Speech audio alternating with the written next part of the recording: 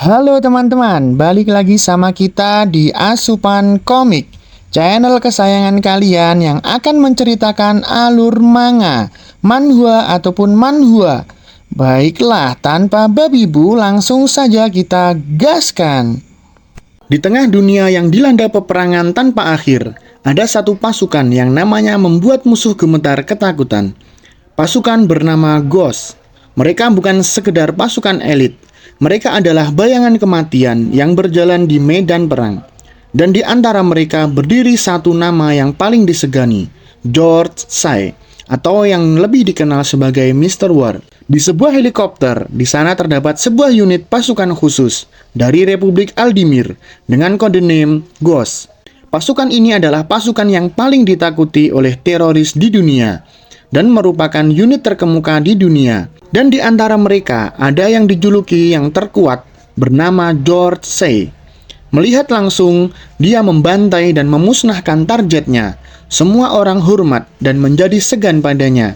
Sebutan yang paling terkenal adalah Mr. War. Namun, pada tanggal 6 Juli 2025, pria terkuat ini menemui ajalnya di dalam pertempuran. Tubuhnya penuh luka tembak dari kepala sampai ujung kaki. Semua tidak luput dari bekas tembakan.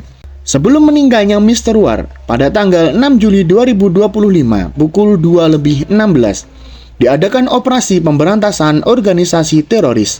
Sebuah helikopter yang membawa pasukan khusus pemberantas teroris terlihat ingin menuju titik pendaratan. Tapi dikarenakan cuaca tidak memungkinkan, sang pilot mengusulkan kepada sang kapten yang bernama Beck untuk merubah titik pendaratan. Tiba-tiba kelompok yang melakukan serangan kejutan menghubungi. Jika serangan kejutan yang mereka lancarkan gagal, Beck menjadi panik dalam hatinya. Jika begini terus, kita akan kehilangan setengah pasukan. Lalu dia membalas, "Baiklah, kita akan lakukan sesuai rencana." Tiba-tiba George melempar tali untuk turun. "Hei George, apa yang kau lakukan?" ucap kapten dengan panik. Dengan santai George menjawab, "Kapten, aku duluan. Kita bertemu dengan yang lain di titik B." Lalu dia melompat keluar. "Hoi, tunggu. Apa kita bisa putar balik?" ucap kapten dengan panik. Itu tidak mungkin," ucap sang pilot. "Sialan. Baiklah, kita pergi ke titik B," ucap sang kapten sambil berkata dalam hati, "George, semoga kamu tidak mati." Ketika George sampai di bawah, ia langsung melesat ke depan. Tapi sebuah sniper siap membidiknya. Karena insting dalam pertempurannya aktif, George mulai bersembunyi di balik patung. Dor! Satu tembakan dari sniper melesat mengenai patung. Berkat tembakan itu, George tahu lokasi sang sniper. Tanpa menunggu, ia melancarkan tembakan balasan. Dor! Dor! Dor! 3 tembakan mengenai bahu kanan, kiri, dan kepala sniper itu. Lalu dia jatuh dari tempat persembunyiannya. Tapi dari arah belakang George, seseorang menodongkan pistol yang siap menembak kepalanya. "Jangan bergerak." Dengan santai, George menjawab, "Oke." Lalu memutar badan dan menghantam tangan orang bertopeng itu dengan sikunya. Lalu menendang kaki orang bertopeng itu sehingga kehilangan keseimbangan. Tapi sebelum jatuh, George menangkap kepalanya dan krek, bunyi nyaring terdengar dari leher orang bertopeng itu. Detik berikutnya, sekelompok teroris datang dan langsung menghujani George dengan tembakan. Suara dari mesin senapan mulai menggema. Dengan sigap, George menarik tubuh orang bertopeng tadi dan menjadikannya sebagai tameng daging sambil mundur ke arah tembok. Wah, kalian menyambut tamu dengan sangat kasar. Lalu serangan balasan mulai dilancarkan George dan berhasil mengalahkan mereka semua. Tiba-tiba terdengar suara dari radio komunikasinya. "George, di mana kau?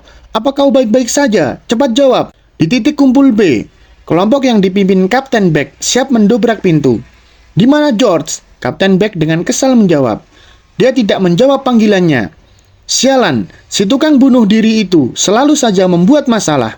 Tapi ketika mereka berhasil masuk, George di dalam dan berkata, "Kapten, kompleks ini aman. Kalian tidak perlu menanganinya."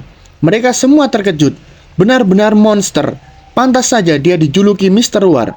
Lalu Kapten Beck mendekatinya dan menarik kerah bajunya. "George, kenapa kau selalu bertindak sendiri? Prajurit yang tidak bisa mengikuti perintah tidak dibolehkan gabung dengan kelompok ini." Tapi dengan santai, George menjawab, "Emang kenapa? Misinya sukses kan? Jadi tidak ada masalah." Lagi pula, jika kita memaksakan operasi dalam situasi seperti itu, unit ini akan hancur. Kau paham kan, Kapten? Sialan emang kau ini pandai bacot. Tiba-tiba ada prajurit yang melapor. Kapten, komandan mencari Anda. Sambil pergi dengan wajah marahnya, ia berkata, kurang ajar, kau selalu mengabaikan perintah. Tapi dengan wajah tenangnya, George menjawab, jangan salah paham, jika ada jalan untuk balas budi untukmu, itu hanya dengan membunuh dan mengalahkan musuh. Aku tak ingin menentangmu, ini semua hanya demi tujuan kita. Sebelum masuk mobil, Kapten Beck memberi perintah terakhir. Aku akan kembali ke markas. Kalian lakukan sesuai dengan perintahku tadi. Seperti perintahku tadi, ucap George dalam hati. Hoi, kalian, apa perintah Kapten? Tiba-tiba semua orang mulai menodongkan senjatanya pada George. Hoi, apa-apaan ini? Ucap George dengan kebingungan. Tapi salah satu dari mereka menjawab, maaf Mr. War, ini semua perintah Kapten Beck. Lalu hujan peluru mulai menghujani tubuh George sang Mr. War. Mulai dari ujung kepala sampai ujung kaki, semua tidak luput dari tembakan. Dalam hati George, dia mulai merangkai teka-teki itu. Jangan-jangan dari awal Beck ingin membunuhku. Aku pasti akan hidup kembali. Tunggu, suara ini. Sofia, suara apa itu tadi? Bau mayat. Ternyata di sampingnya banyak tumpukan mayat. Apa yang terjadi? Aku yakin, aku tadi berada dalam sebuah operasi pemusnahan teroris. Tiba-tiba mayat-mayat itu mulai bergerak dan jatuh ke dalam jurang. Ternyata itu adalah sebuah truk pembuang mayat. Dengan sigap, George berpegangan pada dinding jurang dan berhasil memanjat ke atas. Setelah sampai di atas, ia melihat sekelilingnya dan hanya hamparan laut yang luas yang ia lihat. Dan di pantai hanya terlihat tumpukan mayat. Apa ini garis depan distrik Bizal? Lalu terlihat dua orang yang membuang mayat-mayat itu. Orang yang berkepala botak mulai mengeluh dengan kegiatan tersebut. Lalu temannya menjawab, yah, anggap aja mayat-mayat itu sebagai makanan ikan di Teluk Tokyo. Tanpa sengaja George mendengar ucapan mereka. Apa? Teluk Tokyo? Itu artinya Jepang. Dan itu adalah kampung halamanku. Tanggal 6 Juli 2025, George Say resmi mati. Dan pada tanggal itu juga, dia direinkarnasi di pulau terpencil, Teluk Tokyo. Di mana ini sebenarnya? Kenapa aku berada di Teluk Tokyo, Jepang? Padahal sebelumnya aku berada di Timur Tengah. Petunjuknya cuma satu, truk itu. Setelah itu, George berlari ke arah hutan, mengambil jalan pintas untuk mengejar truk itu. Sial, tubuh ini terlalu lemah. Sambil memaksakan tubuhnya, ia terus mengejar truk itu. Lelah karena cuma lari begini. Apa yang telah terjadi pada tubuhku? Aku harus makan dan minum dulu. Lalu ia memandang sebuah tanaman yang dapat menyimpan air. Lalu ia memanjat pohon dan minum air dari tanaman itu. Kejadian ini mengingatkannya saat ia terpisah dari pasukannya di dalam hutan. Saat membayangkan kejadian-kejadian yang ia alami dulu, tanpa sengaja, pandangannya menuju pada sebuah pemukiman. Lalu ia bergegas menuju pemukiman itu. Setelah sampai di pemukiman itu, George mulai melihat sekeliling. Tempat apa ini? Apa tempat seperti ini layak disebut pemukiman? Terlihat jika pemukiman itu penuh dengan sampah. Bahkan para warga di sana tidak tampak seperti manusia. Memang ini Teluk Tokyo, tapi seharusnya tidak ada tempat seperti ini di Jepang.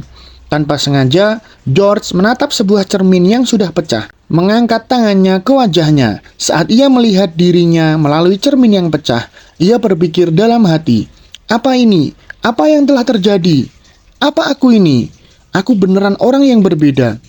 Tiba-tiba, dari arah belakangnya, ada tangan yang memegang bahunya dan berkata, Michio.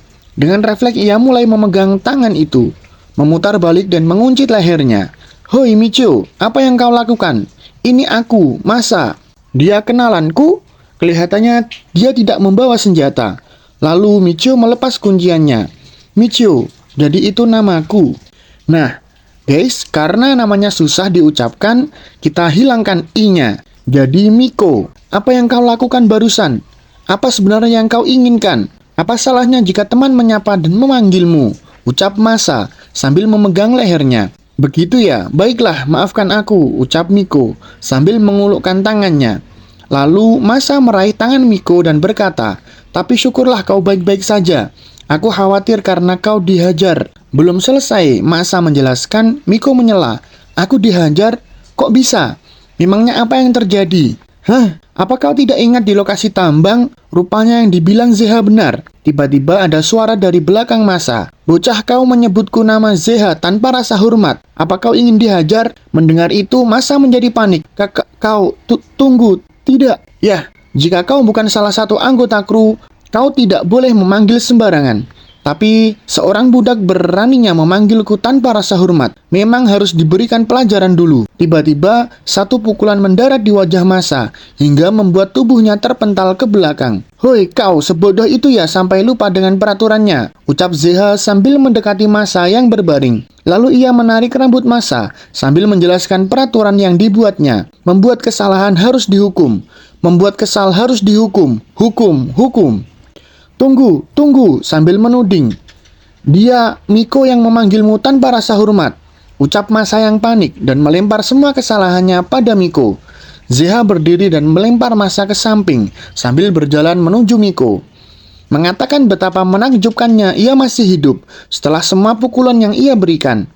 Dia mulai mengepalkan kedua tangannya dengan senyum bangga dan lebar di wajahnya.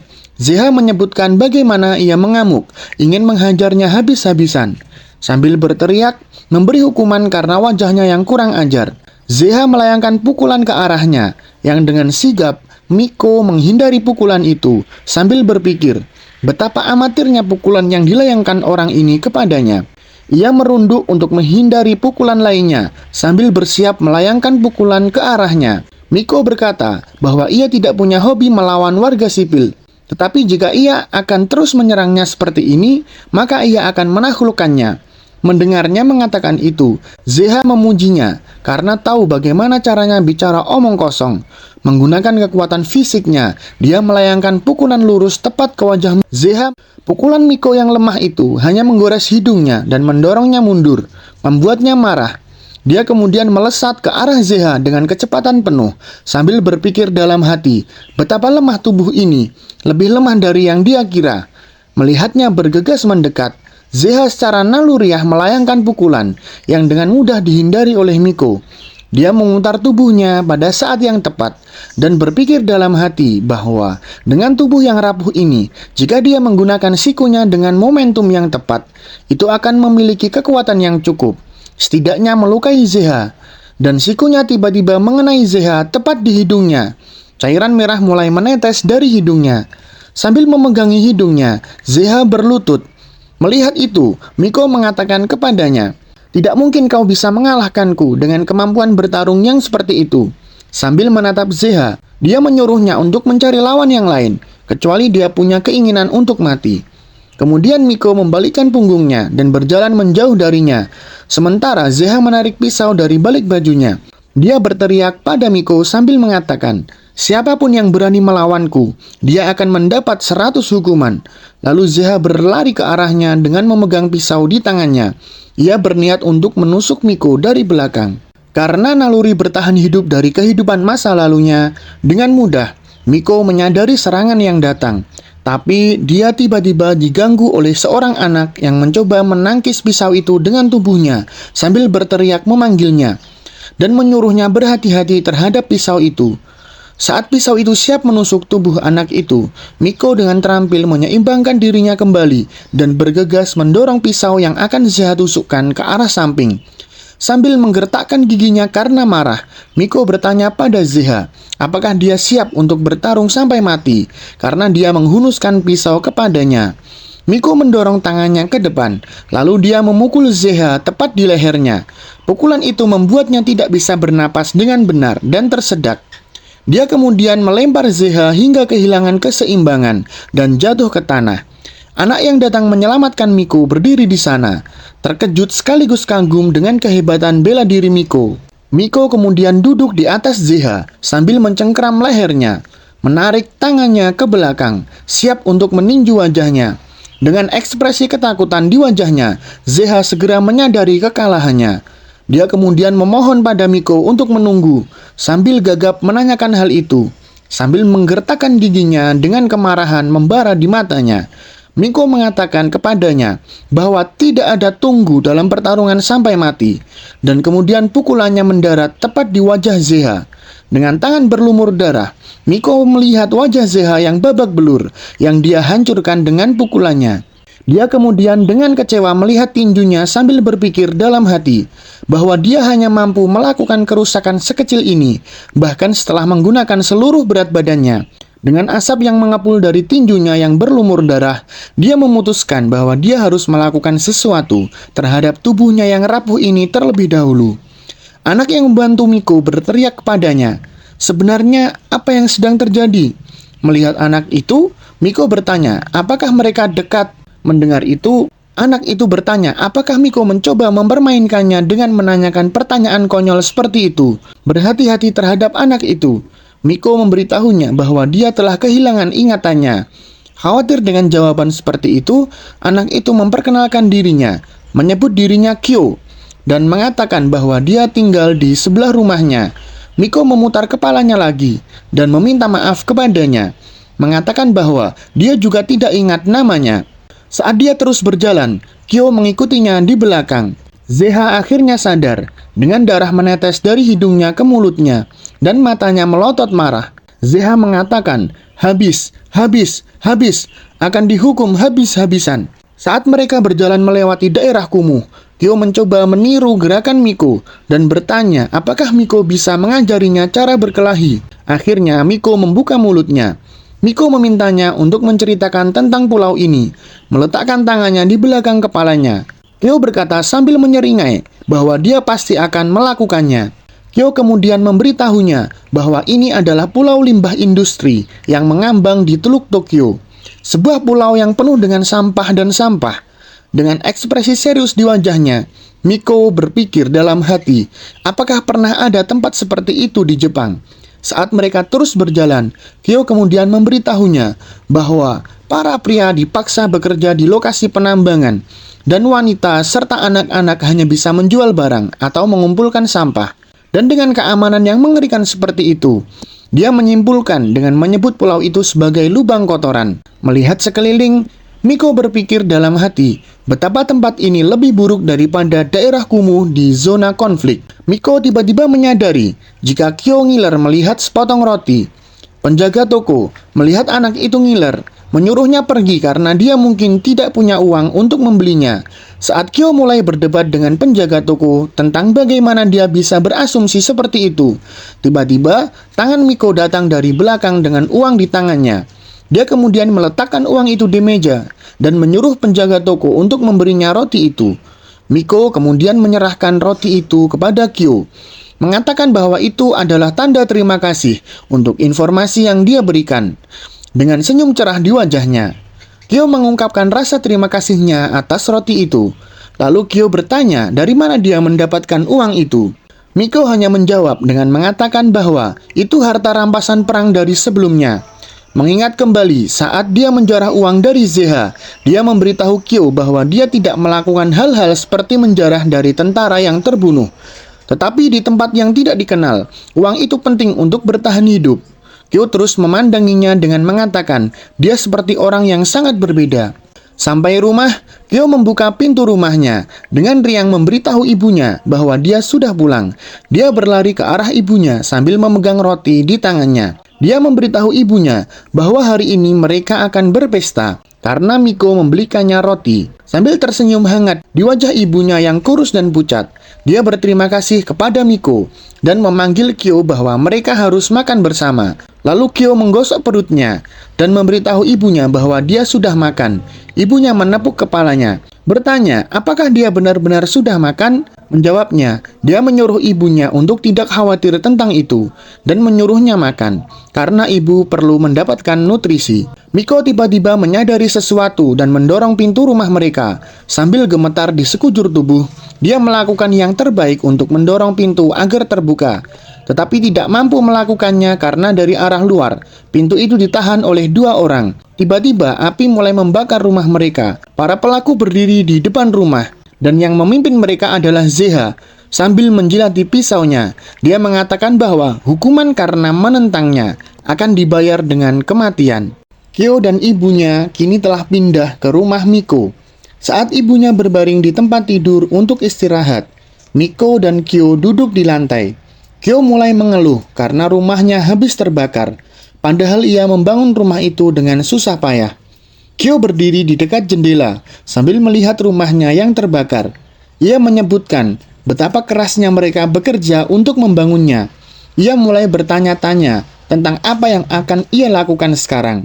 Ibu Kyo kemudian memanggil Miko, menanyakan apakah benar-benar boleh mereka tinggal di sini. Sambil mengikat tali busurnya, ia mengatakan bahwa ini adalah transaksi murni dan bahwa ia membutuhkan mereka untuk memberinya semua informasi mengenai sistem manajemen pulau, jaringan pasokan makanan, dan hal-hal penting lainnya. Merasa terganggu dengan cara bicaranya, Kyo menyuruhnya berhenti bicara begitu dingin. Sambil menatap Miko, ia mengatakan bahwa Miko menjadi aneh sejak kehilangan ingatannya. Mendengar itu, Miko hanya duduk diam sambil berpikir dalam hati bahwa anak itu benar. Ia bersikap seperti orang yang sama sekali berbeda dari Miko yang mereka kenal. Ia kemudian teringat kembali ke saat ia dikhianati oleh sekutunya dan terbunuh, mengatakan bahwa itu mungkin sesuatu yang diatur oleh Kapten Beck sendiri. Dengan ekspresi wajah marah, ia berpikir dalam hati bahwa ia pasti tidak akan membiarkan hal itu berlalu, dan ia pasti akan keluar dari pulau ini dan memusnahkan para pengkhianat. Di pagi hari, ia memutuskan untuk berolahraga dan memulainya dengan melakukan handstand. Setelah hanya melakukan 2 push-up handstand, tubuhnya mulai bergetar. Saat ia mencapai batasnya, ia kemudian berpikir dalam hati bahwa ia perlu membangun kembali kekuatan otot dan kekuatannya dari nol. Ia kemudian memperhatikan masa berlari ke arahnya sambil memanggilnya. Ia berpikir dalam hati bahwa orang ini adalah Masa ketika ia pertama kali bertemu Zeha. Masa kemudian menyuruh Miko bergegas dan ia akan terlambat ke lokasi penambangan. Mendengar itu, Miko menyadari bahwa itu akan menjadi kesempatan bagus baginya untuk mengumpulkan informasi sebanyak mungkin. Di lokasi penambangan, Miko berbaris bersama para penambang lainnya. Miko tiba-tiba memperhatikan para pekerja yang berdiri di sampingnya dan berpikir dalam hati bahwa mereka adalah krunya Zeha yang ia pukuli. Seorang pria yang berdiri di depan mereka berteriak bahwa ada pengumuman darurat hari ini. Sambil menggertakkan giginya,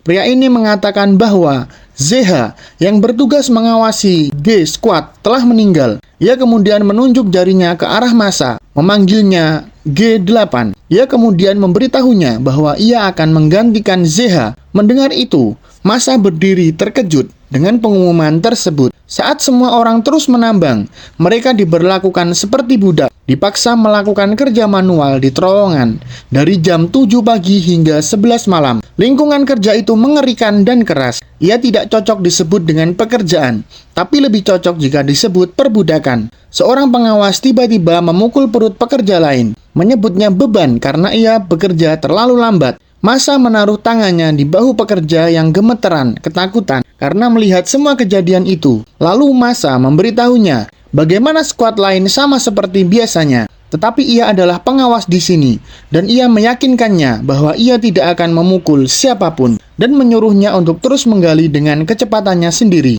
Dengan kekaguman di matanya yang berkaca-kaca, ia memanggilnya pengawas Masa. Berjalan ke pekerja lain, Masa menyuruhnya beristirahat sebentar karena ia terlihat agak terlalu lelah. Tiba-tiba, pengawas yang menendang perut pekerja lain mendatangi Masa dengan keras bertanya kepadanya metode macam apa yang ia terapkan. Dengan bersikap baik kepada budak belaka, ia kemudian mendorong Masa menjauh, mengatakan bahwa seorang pengawas seharusnya tidak melakukan sesuatu yang begitu lemah. Ia menatap para pekerja dengan seringai di wajahnya. Ia memberitahu mereka betapa orang-orang manja membuatnya kesal dan bertanya apakah ia harus mendisiplinkan mereka sebagai gantinya. Tiba-tiba, sebuah beliung menghantam kakinya. Ia mengerang kesakitan dan bertanya siapa yang melakukannya. Dengan wajah tanpa penyesalan, Miko mendekat dari belakang dan mengatakan bahwa tangannya terpeleset dan meminta maaf. Mempersingkat jarak di antara mereka, pria itu mengatakan bahwa permintaan maaf setengah-setengah seperti itu tidak akan cukup karena secara tidak sengaja melukainya dan bahwa dia terlihat seperti orang yang perlu didisiplinkan. Tiba-tiba, orang yang memukuli Zeha hingga hilang dari line mendekati mereka. mengatakan bahwa jika ini adalah perkelahian, maka mereka harus membiarkannya ikut serta juga. Melihat pria itu, beberapa pekerja berbisik di antara mereka sendiri, bagaimana para pembuat onar sudah tamat, karena Kusanagi sendiri ikut campur. Menjadi takut akan kehadirannya, pria pembuat onar itu mengatakan bahwa ia sama sekali tidak akan berani berkelahi dengannya. Dengan lompatan tiba-tiba, Kusanagi muncul tepat di depan pria pembuat onar itu, siap untuk meninjunya sambil menyuruhnya untuk mati saja jika ia tidak akan berkelahi. Pukulan Kusanagi menghantam sisi lateral tulang tengkorak depan pria itu, membuatnya pingsan. Melihat pukulan itu, Miko berpikir dalam hati bahwa itu bukan hanya kekuatan mental, dan bahwa ia memukul titik vital tubuh manusia dengan tepat. Menatap Miko, Kusanagi bertanya, apakah ia akan melawannya saat ini? Dengan ekspresi kosong di wajahnya, Miko memberitahunya bahwa ia tidak percaya pada perkelahian yang tidak berarti. Mendengar itu, Masa mendekati Miko dari belakang, memanggilnya dan menyuruhnya menggunakan bahasa yang sopan. Kusanagi berdiri penasaran saat ia mendengar nama Miko. Bertanya apakah itu benar-benar Miko. Berlari ke arahnya dengan seringai lebar di wajahnya. Ia menyebutkan betapa ia ingin bertemu dengannya. Melihatnya berlari ke arahnya, Miko bersiap dan mengambil posisi bertarung. Ia kemudian melontarkan beberapa pukulan sekaligus ke arahnya, yang dengan mudah ia blokir. Melihat serangan Kusanagi yang terus-menerus, para pekerja khawatir di antara mereka sendiri. Bagaimana Miko melawan serangan gencar seperti itu?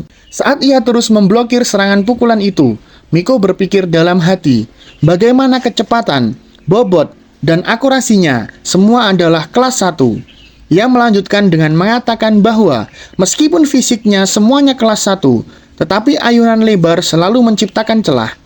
Menggunakan kesempatan itu, Miko menghindari pukulan itu dengan melompat ke samping. Menggunakan kekuatan tubuhnya, ia memukul wajah Kusanagi. Para pekerja berdiri di sana dengan terkejut, dan ketakutan terlihat di wajah mereka saat mereka mengatakan bagaimana ia berhasil mendaratkan pukulan pada Kusanagi. Melihat ke atas, Miko menyadari bahwa pukulannya tidak pernah mengenai Kusanagi, tapi telah diblokir oleh tangan kirinya.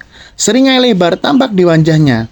Merasa gembira dengan keahlian Miko, Kusanagi memberitahunya bahwa mereka harus bertarung sampai salah satu dari mereka hancur. Tiba-tiba, seseorang datang dari suatu tempat dan berteriak kepada mereka untuk diam. Para pekerja semua berlutut sambil menundukkan kepala kepadanya. Orang ini adalah Direktur Akechi. Ia berjalan melewati kerumunan yang membungkuk menuju Kusanagi dan Miko. Dengan kemarahan yang tampak di matanya, ia memanggil Kusanagi. Lalu Kusanagi berbalik menghadapnya. Akechi kemudian bertanya, apakah ia berniat mematahkan semangat para budak dengan perkelahian yang tidak berarti? Dengan tatapan tegas di wajahnya, Akechi menatapnya dan bertanya, apakah ia ingin dilaporkan kepada keluarga Bloodout? Sambil tertawa, Kusanagi berjalan menuju Akechi.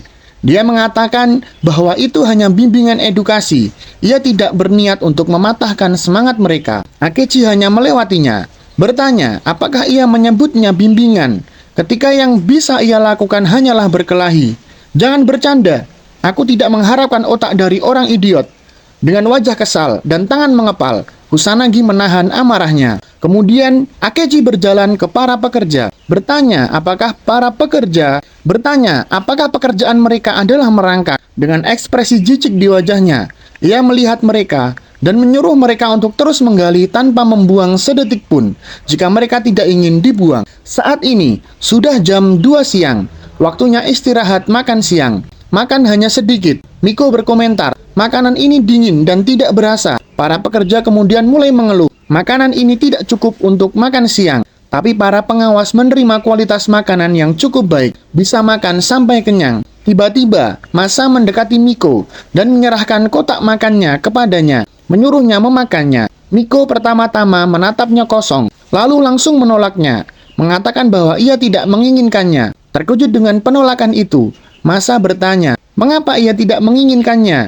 Miko mengatakan bahwa ia tidak berniat berutang budi. Lalu, Masa duduk di samping Miko.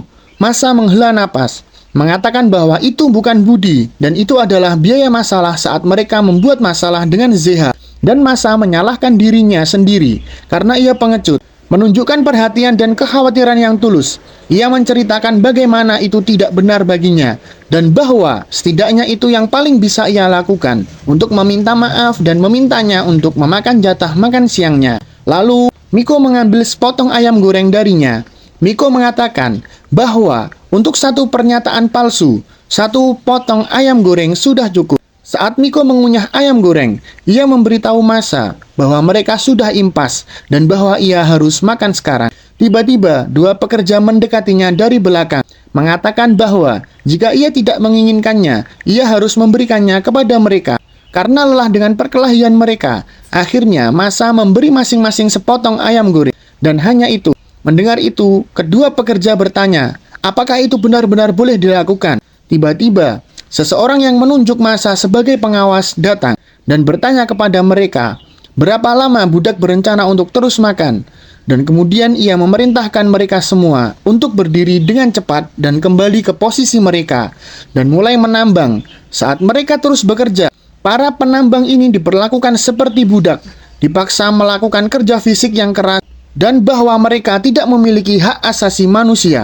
Tiba-tiba, seseorang pria tua yang melewati Masa jatuh ke tanah dengan gelembung keluar dari mulutnya. Melihat orang tua itu jatuh, Masa berlutut untuk mengecek dan bertanya apakah ia baik-baik saja dan menyuruhnya bertahan. Sementara seseorang berjalan ke arah mereka, melihat insiden seperti itu terjadi dan menyuruh Masa menjauh. Kemudian ia menendang pria tua yang pingsan itu, membuatnya terbalik telentang. Lalu ia jongkok untuk memeriksa denyut nadi orang tua itu dan mengumumkan bahwa ia telah meninggal. Ia kemudian berteriak kepada para pekerja, mengatakan bahwa ini adalah sampah dan menyuruh mereka membuangnya ke dalam tanah. Masa gemetar dalam kesedihan. Ia memberitahu Miko untuk tidak memaksakan diri terlalu keras. Tempat ini menggambarkan bahwa hidup manusia lebih murah daripada sampah dan kematian dianggap hal sepele dan penambangan tidak berhenti. Seseorang kemudian membunyikan bel, memberitahu mereka bahwa pekerjaan selesai untuk hari ini. Gemetar karena kelelahan, Masa mencoba berdiri dengan bantuan skopnya. Saat ia menghela napas lega, mengatakan bahwa akhirnya selesai. Dengan ekspresi terkejut di wajahnya, ia melihat Miko, bertanya mengapa ia masih terlihat sangat energik.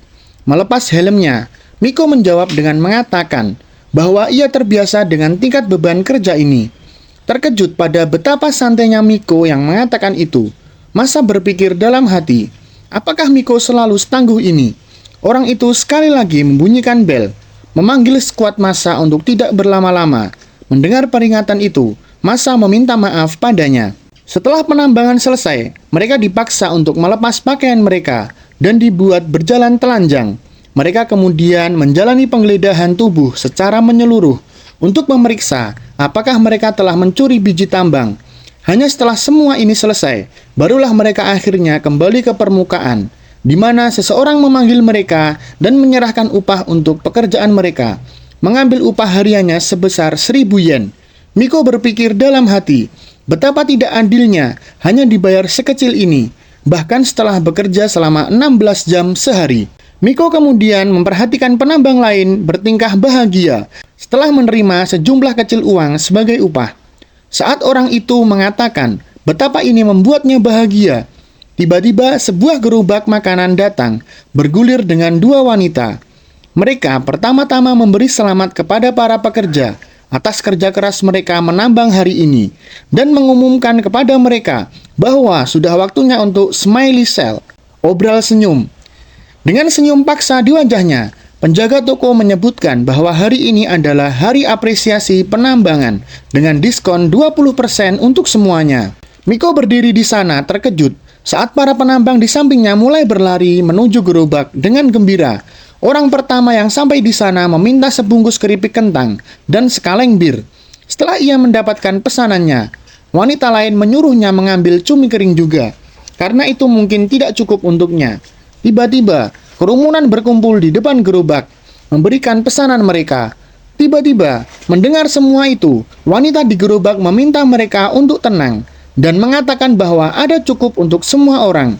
Minum bir yang ia beli dari upahnya. Pria itu menghela napas puas, mengatakan betapa itu meresap ke dalam jiwanya. Orang lain mengatakan bahwa menjadi pelit pada hari apresiasi adalah puncak ketidakefisienan, dan bahwa ia akan habis-habisan dengan menghamburkan 1.000 yen yang mewah. Miko berdiri di sana melihat mereka, berpikir bagaimana beberapa saat yang lalu mereka memperlakukan mereka seperti budak, dan sekarang mereka memperlakukan mereka dengan rasa hormat dan kesopanan seperti itu. Masa berdiri di samping Miko. Miller melihat pemandangan di depannya. Masa mengatakan, bagaimana semua orang sangat beruntung. Miko menatapnya, bertanya, mengapa ia tidak membeli apa-apa.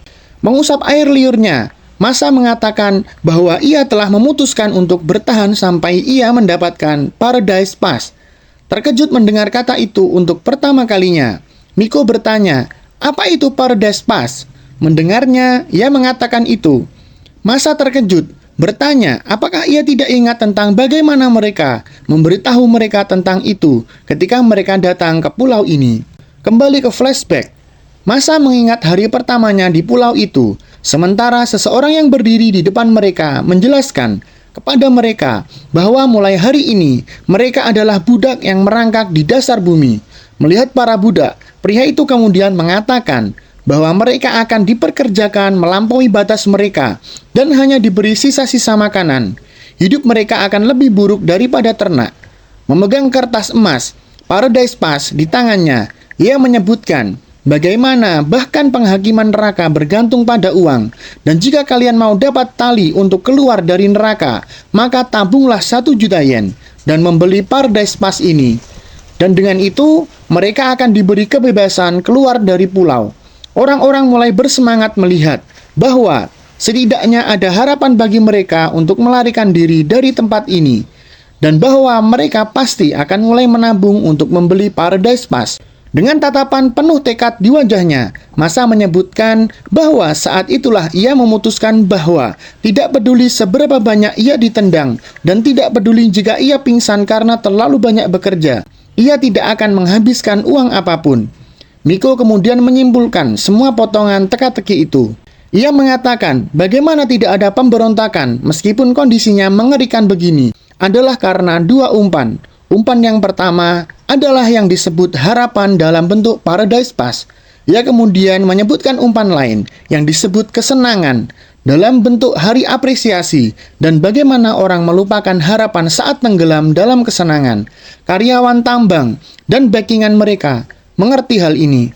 Memegang upahnya, ia berjalan menuju Masa, bertanya kepadanya berapa banyak yang tersisa untuk Paradise Pass. Terkejut dengan pertanyaan itu, Masa bertanya, mengapa Miko ingin tahu tentang hal itu? Menatap tepat ke matanya, Miko menyarankannya untuk tidak khawatir dan bahwa ia tidak akan membocorkan informasi rahasia. Sambil menyerahkan upahnya, Miko memberitahunya bahwa ia hanya ingin mendukung pelariannya.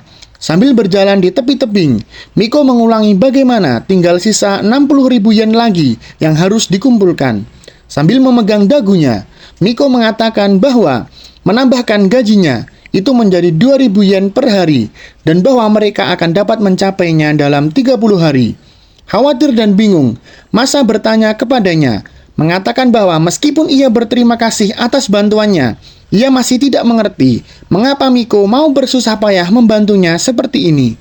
Berdiri di tepi tebing, Miko melihat ke bawah laut saat ia berbicara, mengatakan bahwa itu semua untuk kepentingannya sendiri. Melihat perairan yang tertutup bebatuan, Miko bertanya kepada Masa, apakah ada pantai atau dermaga di pulau ini? Menunjuk lurus, Masa mengatakan bahwa memang tidak ada tempat seperti itu di pulau ini. Berjongkok di tepi tebing, Masa memberitahunya bahwa pulau ini dikelilingi oleh tebing curam di semua sisi. Miko kemudian memutuskan untuk menuruni tebing, mengatakan bahwa ia harus memeriksa bagian bawah sana. Saat ia mulai menuruni, Masa memanggilnya, mengatakan bahwa berbahaya melakukan hal seperti itu, dan bahwa melarikan diri adalah ilegal. Mendengar itu, Miko bertanya apakah benar-benar ada hukum di zona tanpa hukum ini. Miko tiba-tiba melihat sebuah drone bersenjata terbang mendekat. Ia langsung sadar bahwa itu adalah drone militer yang berbahaya. Tanpa banyak bicara, Miko memanjat kembali ke tempat semula dan berteriak kepada Masa, "Lari sekarang!" Masa yang tidak mengerti apa yang sedang terjadi belum sempat bertanya ketika sebuah peluru melesat dan hampir mengenai pipinya. Karena panik, Masa langsung berlari sekuat tenaga dan Miko menyusul dari belakang. Drone itu terus menembaki mereka, tetapi peluru-pelurunya tidak mengenai tubuh mereka.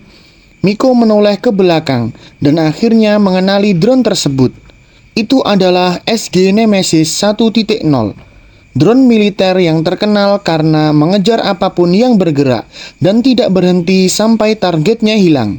Sambil berlari, Miko menjelaskan bahwa drone itu dijuluki pengejar gila, sebuah senjata yang dulu sangat ditakuti para tentara. Mendengar itu, Masa semakin panik. Miko tiba-tiba berbelok ke arah semak-semak. Masa mengatakan bahwa tidak ada jalan di sana, tetapi Miko menyuruhnya menerobos saja. Drone itu tetap mengikuti mereka dari belakang, tidak terhalang pepohonan atau semak. Saat menerobos ranting-ranting, Miko menemukan sebuah tikus liar di batang pohon. Ia mengambil tikus itu, memikirkan sebuah cara terakhir untuk menyelamatkan mereka. Ia lalu menyuruh Masa untuk berhenti total ketika hitungannya sampai 0. Masa mencoba protes, tetapi Miko tetap melanjutkan hitungan mundur. Saat hitungan mencapai 0, Miko melempar tikus itu ke arah drone. Tikus itu tepat mengenai kamera sensor gerak drone. Drone itu kemudian mencari target bergerak terdekat dan menemukan tikus yang berlari di dahan pohon. Drone tersebut langsung menembaki tikus itu sampai hancur. Setelah itu, drone berbalik menghadap Miko dan Masa, tetapi keduanya sudah membeku tanpa gerakan seperti patung. Drone itu mengitari mereka beberapa kali untuk memastikan tidak ada pergerakan. Karena tidak menemukan target bergerak, drone itu akhirnya pergi dan mengumumkan bahwa misinya selesai. Masa langsung jatuh ke tanah sambil menangis lega karena masih hidup. Sambil terisak, ia bertanya kepada Miko, "Apa sebenarnya benda itu?" Miko menjawab bahwa drone itu adalah senjata pembunuh buatan Republik Aldir yang dulu digunakan di medan perang. Drone itu tidak bisa membedakan antara musuh dan sekutu, sehingga dianggap produk cacat dan sudah tidak digunakan lagi. Masa kaget dan bertanya, apakah drone seperti itu benar-benar pernah dipakai? Dan mengapa Miko seolah tahu banyak tentangnya? Miko tidak langsung menjawab. Ia hanya menatap langit dan berpikir keras. Ia merasa kehadiran drone itu sangat mencurigakan, karena seharusnya tidak ada di tempat seperti pulau ini. Ia mulai curiga bahwa pulau ini mungkin memiliki hubungan dengan militer Aldir. Setelah kejadian dengan drone, Miko kembali ke rumah. Di dalam rumah, Kyo sedang sibuk memasak. Begitu melihat Miko masuk, suara perut Kyo langsung ikut menyapa, membuat Kyo menggerutu karena Miko pulang terlambat. Ibunya menegurnya pelan bahwa seharusnya ia menyambut Miko dulu sebelum mengeluh. Miko mendekat dan melihat apa yang dimasak. Kyo bangga mengatakan bahwa ini adalah rebusan sisa makanan spesialisasinya dan mengingatkan Miko bahwa ia biasanya suka makanan itu. Ia menyajikan satu mangkok penuh sambil berkata bahwa ia bisa membeli bahan sisa yang lebih berkualitas berkat uang yang Miko berikan. Miko melihat rebusan itu dan berpikir dalam hati bahwa ini sama sekali tidak seperti berkualitas. Tapi ia duduk saja dan mencoba makan. Bagi Miko, rasanya sangat asam dan hampir tidak layak dimakan. Makanan militer pun rasanya jauh lebih baik dari ini. Tapi Kyo memakannya dengan begitu semangat, sampai bersorak-sorak mengatakan betapa lezatnya rebusan itu. Miko bertanya pada ibu Kyo dengan suara pelan, bagaimana mungkin Kyo menganggap ini lezat? Ibunya menjawab bahwa di pulau ini, bahkan sisa makanan pun sulit didapat. Sejak kecil, Kyo sudah terbiasa makan yang jauh lebih buruk. Jadi baginya makanan ini sudah seperti pesta. Tiba-tiba Kyo menemukan sepotong kecil daging dan sangat gembira, menyebutnya jackpot besar. Setelah memakannya, ia langsung meminta gaji yang Miko dapatkan hari itu. Tapi Miko menjawab bahwa ia sudah memberikan uang itu pada Masa, dan ia akan terus membantu Masa. Mendengar itu, Kyo langsung berdiri dan berteriak, membuat mangkuknya tumpah. Ia menyalahkan Miko atas rebusan yang jatuh itu, sambil hampir menangis karena masih ada sedikit yang tersisa. Miko bangun dari kursinya dan berkata bahwa ia punya rencana untuk sisa makanan itu. Ia menyuruh Kyo mengambil sisa rebusan dan mengikutinya. Mereka tiba di hutan dengan sebuah keranjang jerami. Miko menuangkan sisa rebusan ke tanah. Kyo protes keras karena mengira Miko membuang masakannya. Miko berkata bahwa ini bukan dibuang, tetapi daur ulang. Ia memasang tongkat dan menyusun keranjang jerami menjadi sebuah perangkap sederhana. Ia menjelaskan bahwa bagi binatang buas, makanan sisa yang bau pun adalah makanan lezat. Jadi ini bisa menarik mangsa kecil seperti tikus. Kyo jijik dan bertanya apakah aman makan tikus. Miko menjelaskan bahwa tikus got di kota memang berbahaya, tapi tikus hutan justru sumber protein penting. Jika Kyo tidak suka idenya, mereka bisa berjalan lebih jauh. Mereka berjalan melewati semak-semak yang lebih lebat. Kyo bingung kenapa harus sampai di tempat seperti itu. Tapi Miko mengatakan bahwa semak tebal justru tempat yang bagus. Mereka pun menemukan perangkap yang sudah Miko pasang sebelumnya. Seekor burung tertangkap hanya dengan umpan seekor ulat.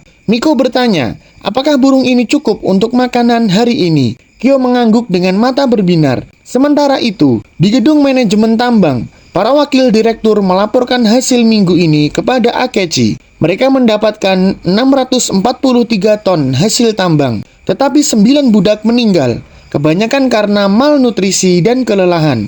Salah satu wakil direktur bertanya, apakah makanan harus ditambah? Akechi langsung melempar laporannya dan berkata, dalam penilaian perusahaan, nyawa manusia tidak ada nilainya. Ia memotong pembicaraan wakilnya, lalu mengatakan bahwa semakin besar hasil tambang yang ia hasilkan, semakin cepat ia dipromosikan ke kantor pusat. Ia tidak mau terjebak di pulau sampah ini. Ia memerintahkan agar produksi tambang diprioritaskan, tanpa peduli berapa banyak budak yang mati. Wakil direktur berikutnya melaporkan tentang total upah para pekerja, 2,88 juta yen, dan penjualan barang 2.523 juta yen. Mereka tertawa jahat, mengatakan bahwa para pekerja langsung menghamburkan uang untuk makan dan minum, begitu menerima upah. Seperti hewan yang mudah terperangkap. Akechi mengangguk sinis, lalu salah satu wakilnya berkata bahwa G8 Masa tampaknya sedang berusaha mengumpulkan dana untuk membeli Paradise Pass, sesuatu yang hanya bisa dibeli jika seseorang mengumpulkan 1 juta yen. Para wakil direktur langsung tertawa. Mereka menganggap seorang budak seperti Masa tidak mungkin bisa menabung sebanyak itu. Namun mendengarnya, senyuman licik mulai muncul di wajah Akechi. Pagi itu masih basah oleh embun. Ketika Masa berdiri di depan rumah kecil Miko, ia mengetuk pintu pelan, berharap sahabatnya sudah bangun. Sebelum ia sempat mengetuk lagi, sebuah suara terdengar dari samping rumah. Mau apa pagi-pagi begini? Masa menoleh dan membelalakkan mata. Di samping rumah, Miko tergantung pada selembar kain. Seluruh berat tubuhnya ditahan dengan satu tangan. Urat-urat lengannya terlihat menonjol. Napasnya teratur, seolah itu adalah hal biasa. Miko, kau sedang apa? Masa hampir tersedak oleh keterkejutannya. Miko turun ke tanah dengan lompatan ringan. Seperti yang kau lihat, tubuhku masih terlalu lemah. Kalau ingin mencapai tujuanku, aku butuh kekuatan jauh lebih besar daripada ini. Masa menatapnya dengan campuran heran dan kagum. Kau ini aneh sekali, katanya sambil tersenyum. Tiba-tiba pintu rumah terbuka. Kyo keluar sambil mengucek mata. Siapa yang berisik dari tadi? Tanyanya malas. Begitu melihat Masa, ia langsung fokus. Kau siapa? Aku Masa, rekan kerja Miko, jawabnya gugup. Kyo langsung menyodorkan tangan. Wajahnya berubah serius. Kembalikan uang yang kau ambil dari Miko. Itu uang makan kami. Mata Masa melebar. Itu. Kyo memegang perutnya sambil mengeluh. Kami selalu kelaparan di tempat ini. Uang itu sangat penting. Kata-kata itu menusuk sesuatu dalam hati Masa. Ia tiba-tiba teringat Yui, adik perempuannya, yang pernah berjalan pulang di sisinya sambil memegang perut, menahan lapar, lalu tersenyum bahagia, hanya karena diberi roti rusuk remah favoritnya. Wajah Masa melunak, ia berlutut menatap Kyo langsung. Maafkan aku akan membawa makanan lezat saat datang lagi, jadi tolong maafkan aku. Kyo berpaling seolah pura-pura tidak peduli, tapi nadanya jelas. Kalau begitu, bawa sesuatu seharga 1.000 yen. Tak lama kemudian, mereka pun berangkat bersama menuju tambang bawah tanah. Suasana kerja sangat sibuk. Haida berjalan terhuyung-huyung, membawa keranjang penuh biji. Jelas terlalu berat untuk ditanggung seorang diri. "Isuka, bantu Haida!" seru Masa tanpa ragu. 2 orang lebih kuat dari 1. Isuka langsung berlari dan mengangkat sisi lain keranjang itu. Haida tampak sangat lega. Tiba-tiba, suara langkah sepatu elegan terdengar bergema. Akechi, sang direktur tambang, masuk bersama wakil-wakilnya. Senyum tipis menghiasi wajahnya. "Luar biasa, Masa. Kamu bukan hanya mengerti keselamatan kerja, tetapi juga mampu memimpin tanpa kekerasan. Rumor tentangmu ternyata benar." Masa kaku. Ia melepas helm dan menunduk hormat. "Terima kasih. Tapi bagaimana Anda tahu tentang saya?" Akechi mendekat dengan tatapan yang sulit dibaca. "Kau terkenal. Pengawas muda yang meningkatkan produksi hanya dengan kerjasama. Orang sepertimu berharga." Masa menunduk. Wajahnya memerah karena bangga. Akechi tersenyum lembut. Senyum yang terasa manis. "Karena itu," katanya pelan, "aku ingin memberimu hadiah. Hadiah khusus yang pantas diterima orang sepertimu." Masa hampir tidak bisa menahan kegembiraannya. Dia berbisik pada Miko, "Kau dengar itu? Mungkin dengan ini kita bisa menabung untuk Paradise Pass." Namun wajah Miko justru menegang. "Masa, hati-hati. Hadiah itu." Terlalu banyak berpikir.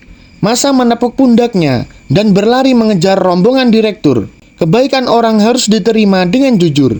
Miko menatap punggung Masa menjauh. Perasaannya menegang, seperti ada batu besar mengganjal di dadanya. Setibanya di depan rumah Masa, Akechi menutup hidungnya dengan jijik. "Tempat ini lebih kotor dari yang kubayangkan. Tidak layak untuk pria sejati." Masa membuka pintu dengan canggung. "Maaf, silahkan masuk. Aku buatkan teh." Namun, begitu Masa menjauh, suara perintah dingin keluar dari bibir Akechi. "Periksa semuanya." Para wakil direktur langsung menyebar seperti anjing pemburu, merobek setiap sudut rumah kecil itu. Masa menoleh bingung. "Apa yang kalian..." Blak! Tinju Kusanagi menghantam perutnya begitu keras hingga dunianya berputar. Masa jatuh berlutut, lalu segera ditekan ke lantai. Seorang wakil direktur duduk di punggungnya, mengunci kedua tangannya. Akechi berjongkok, menatap Masa seperti memandang sampah. "Di mana kau menyembunyikan uang untuk membeli Paradise Pass?" Ia menggenggam rambut Masa dan menariknya paksa. Air liur menetes dari mulut Masa ketika kepalanya terangkat kasar. "Jadi, hadiah khusus itu cuma jebakan?" Suara Masa gemetar. Akechi tertawa kecil. Baru sadar, budak memang lambat berpikir. Air mata Masa mulai turun, bercampur darah dan debu. "Aku tak punya apa-apa. Aku hanya budak." "Cukup," kata Akechi dingin. Ia mengangguk pada wakilnya. Pria itu mendekat, membawa tang. Masa meronta, namun tubuhnya tertahan kuat. Tang itu mencengkeram gigi depannya. Dingin, kasar, tak berperasaan. Tarik, dan terdengar suara krek yang menyayat. Teriakan Masa menggema, memenuhi rumah kecil itu. Darah memancar, jatuh ke lantai kayu seperti hujan merah. Rasa sakitnya menusuk sampai tulang. Akechi menatapnya tanpa simpati. "Kau mengira hanya uangmu yang bisa hilang?" Ia mendekat, suara rendahnya seperti racun. "Aku tanya sekali lagi, di mana kau menyimpan uangmu? Kalau tidak, apa yang mau kau korbankan berikutnya?" Malam sudah larut ketika tim Masa keluar dari area penambangan. Mereka bercanda satu sama lain, mengatakan bahwa supervisor Masa mungkin terlambat kembali karena sedang makan makanan enak di tempat direktur. Mungkin karena sang direktur menyukainya. Di tengah suara obrolan itu, Miko memperhatikan wakil direktur yang terlihat gelisah. Dalam hati, Miko yakin pria ini pasti tahu kemana Masa dibawa. Miko mendekatinya. "Kemana Masa G8 pergi?" Ueshima, sang wakil direktur, terkejut sampai hampir tersandung kata-katanya sendiri. Aku tidak tahu." Miko menatapnya tajam. "Apa yang kalian rencanakan?" Ueshima menghindari tatapannya. Keringatnya mulai turun. "Aku sarankan kau tidak ikut campur. Kau juga pasti punya tempat untuk kembali." Di dalam sebuah ruangan gelap, Masa disiksa. Giginya nyaris habis. Hanya sedikit yang tersisa di mulutnya. Rasa sakit sudah menjadi bagian dari dirinya. tapi tubuhnya terus menggeliat setiap kali mereka menyentuhnya. Akechi berdiri di depan massa, seperti seorang hakim yang menunggu pengakuan. "Kalau kau terus berbohong, kau bahkan tidak akan bisa makan lagi," katanya sambil melihat gigi-gigi yang baru saja dicabut. Massa hampir pingsan, tapi ia tetap berkata, "Aku tidak tahu uang itu." Akechi tertawa kecil. "Kasihan sekali. Bahkan dalam keadaan seperti ini, kau tidak bisa membuat keputusan yang benar." Mereka lalu memaksa memasukkan kembali salah satu gigi yang tadi dicabut. Rasa sakitnya luar biasa. Massa menjerit sampai suaranya pecah. Namun Akechi hanya tersenyum selama proses itu. "Bagus kan? Giginya kembali," katanya dengan nada mengejek. Kemudian ia memerintahkan wakil direktur untuk mencabutnya lagi, lalu memasukkannya kembali berulang-ulang. Massa menangis, memohon mereka berhenti. Tapi penyiksaan itu berlanjut tanpa henti, seperti permainan. Akhirnya Massa tak tahan lagi. "Berhenti, berhenti!"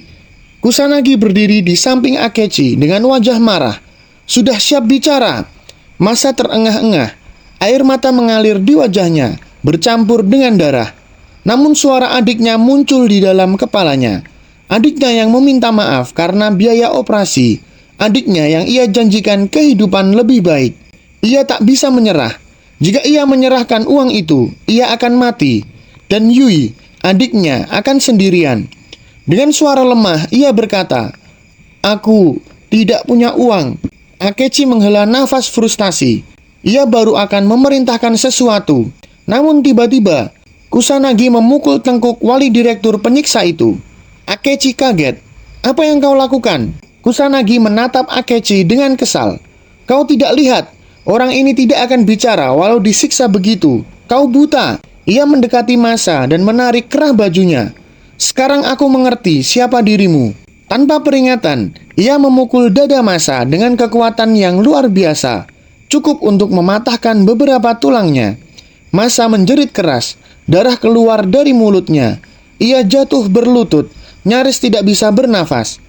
Kusanagi tersenyum puas. "Lihat, kau kuat. Kau laki-laki sejati. Itu sebabnya aku akan memukulmu lagi." Pukulan berikutnya membuat Massa berpikir bahwa pencabutan gigi tadi terasa seperti hal kecil. Dengan mata berkaca-kaca, ia menatap Kusanagi yang menjulurkan lidah seperti menikmati rasa sakit orang. "Jangan mati dulu," kata Kusanagi sambil mengangkat tangan untuk pukulan selanjutnya. Saat pukulan itu meluncur, Massa teringat suara adiknya. "Aku tidak butuh souvenir. Aku hanya ingin kakak ada di rumah." Kemudian brak, pukulan menghantam dadanya lagi. Akechi bertanya, "Sakit? Kalau kau jujur, kami berhenti." Pukulan lain mengenai dagu Massa. Pukulan berikutnya membuatnya terjun ke belakang. Darah memercik di lantai. Namun, bahkan setelah semua itu, Massa berkata dengan suara bergetar, "Aku tidak tahu uang itu." Akhirnya, Akechi kehilangan kesabaran. "Cukup, bunuh dia." Kusanagi mengangkat tangannya untuk pukulan terakhir, pukulan yang akan mengakhiri semuanya. Pintu ruangan terbuka keras. Seseorang masuk. Miko. Wajahnya gelap, matanya membara. Miko akhirnya tiba di rumah Massa. Namun begitu ia masuk, napasnya langsung tercekat. Di lantai, Massa terbaring nyaris mati, penuh darah. Tubuhnya gemetar, matanya hampir tak bernyawa. Saat melihat Miko, Massa memanggil namanya dengan suara yang hampir tak terdengar. Miko segera berlutut, mengangkat tubuh sahabatnya itu ke dalam pelukannya. Begitu menyentuhnya, Miko langsung tahu, ini bukan sekedar pemukulan, ini penyiksaan brutal. Tulang rusuk Massa patah, mulai dari rusuk ke-6 sampai ke-10. Pasti sebagian telah menembus paru-parunya. Napasnya yang terputus-putus menjadi bukti. Giginya banyak yang hilang, hidungnya patah, dasar tulang mata retak, ada luka sayatan, tusukan, dan bahkan retakan tengkorak. Saat memeriksa nadi, Miko merasakan detak lemah, hampir hilang, syok traumatis, pembuluh darah rusak, tubuh hampir menyerah. Dalam hati Miko hanya bisa bertanya, penyiksaan macam apa yang membuat seseorang sampai seperti ini? Dengan nafas tersisa, Massa berusaha berbicara. "Peringatanmu benar, mereka mengincar uangku." Tapi aku melindunginya sampai akhir.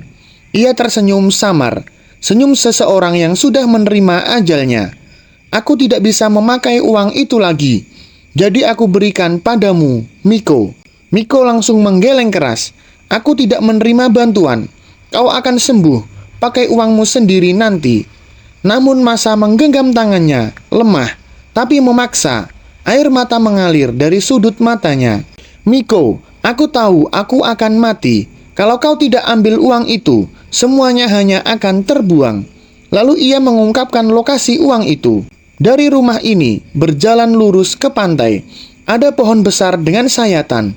Uangnya terkubur di bawahnya. Kemudian, dengan suara yang semakin rapuh, aku menabung dengan sekuat tenaga, tapi aku berikan semuanya padamu. Ada satu permintaan terakhir.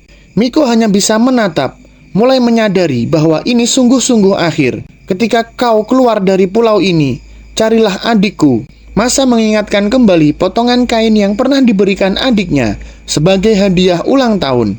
Ia ingat senyum Yui saat ditanya apakah ia memotong kain itu dari rok kesayangannya.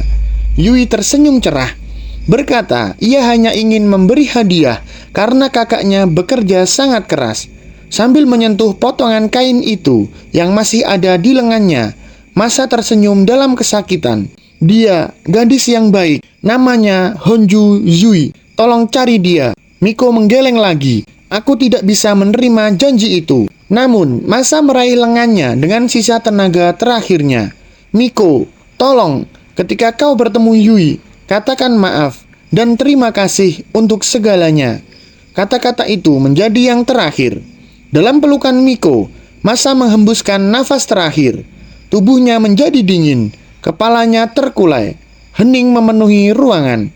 Miko menutup mata sahabatnya itu dengan tangannya sendiri, memberikan keheningan terakhir bagi jiwa yang tersiksa, namun tetap setia sampai akhir.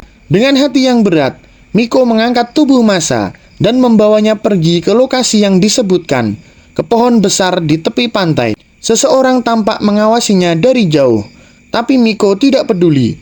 Ia meletakkan tubuh Masa di bawah pohon, lalu menggali tanah dengan tangannya sendiri sampai menemukan uang itu. Menatap tubuh sahabatnya yang kini tanpa jiwa, Miko berkata pelan, "Ini warisanmu, aku menerimanya." Lalu ia mengambil potongan kain Yui dari lengan Masa dan menutupi wajahnya dengan kain itu. "Aku akan menyimpannya untukmu." Namun dari belakang, suara muncul. Jadi, Masa sudah mati. Akechi melangkah maju dengan senyum kejam di wajahnya. Masa itu bodoh, menderita tanpa perlu, kehilangan hidup dan uang, untuk sampah tingkat bawah. Apakah ini akhir yang pantas? Ia lalu menunjuk Miko. "Kau, budak kotor, bawa uang itu ke sini."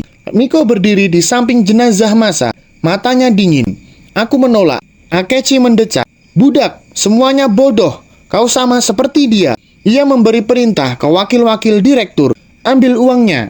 Miko langsung mengambil posisi bertarung. Begitu para wakil direktur menyerbu, Miko bergerak cepat, lebih cepat dari yang mereka sangka.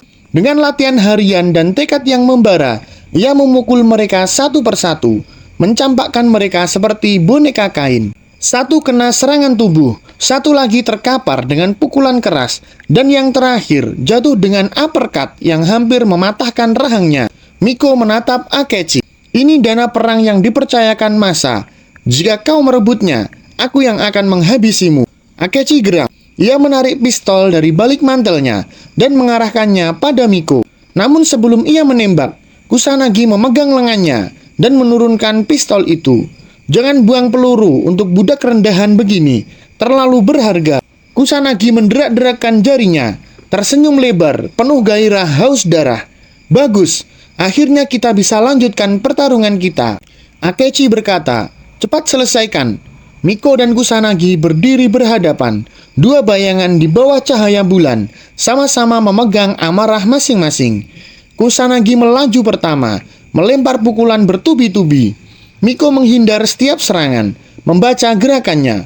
"Footwork yang bagus," teriak Kusanagi, senang melihat lawannya tangguh. Mereka bertukar pukulan keras, satu bertarung dengan keganasan murni, satu lagi dengan tekad membara untuk membalas sahabatnya. Akhirnya Miko berhasil mendaratkan satu pukulan di tubuh Kusanagi. Namun Kusanagi hanya tersenyum lebar. Pukulan bagus, tapi itu belum cukup untuk melukaiku. Kusanagi berdiri di depan Miko, seperti gunung yang tak tergoyahkan. Dengan suara santai namun mengancam, ia berkata bahwa ia akan memberi Miko pijatan panjang, balasan atas pukulan Miko sebelumnya. Kusanagi menarik lengannya ke belakang, lalu menghantamkan pukulan besar ke arah Miko. Miko mengangkat kedua lengannya untuk menahan serangan itu, tapi kekuatan Kusanagi terlalu besar.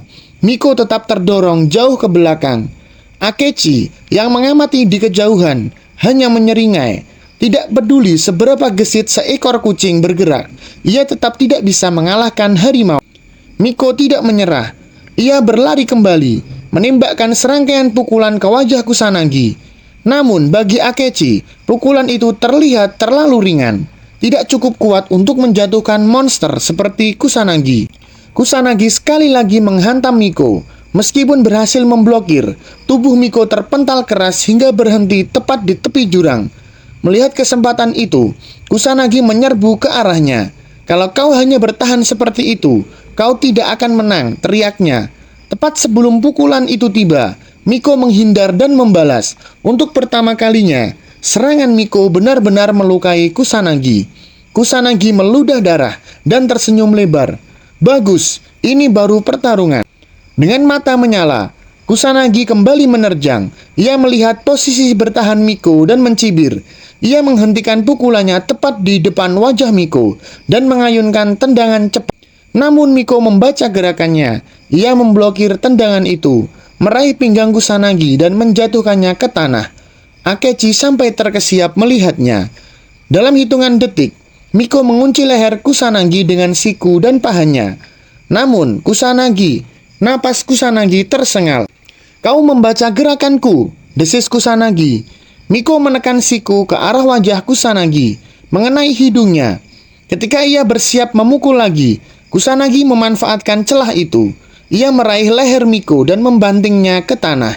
Kini ia berada di atas Miko, menekan kuat tenggorokannya. "Kalau ini kompetisi bela diri," geram Kusanagi, "kau mungkin menang. Tapi ini bukan pertandingan, ini pertarungan tanpa aturan." Akechi memperhatikan dengan serius.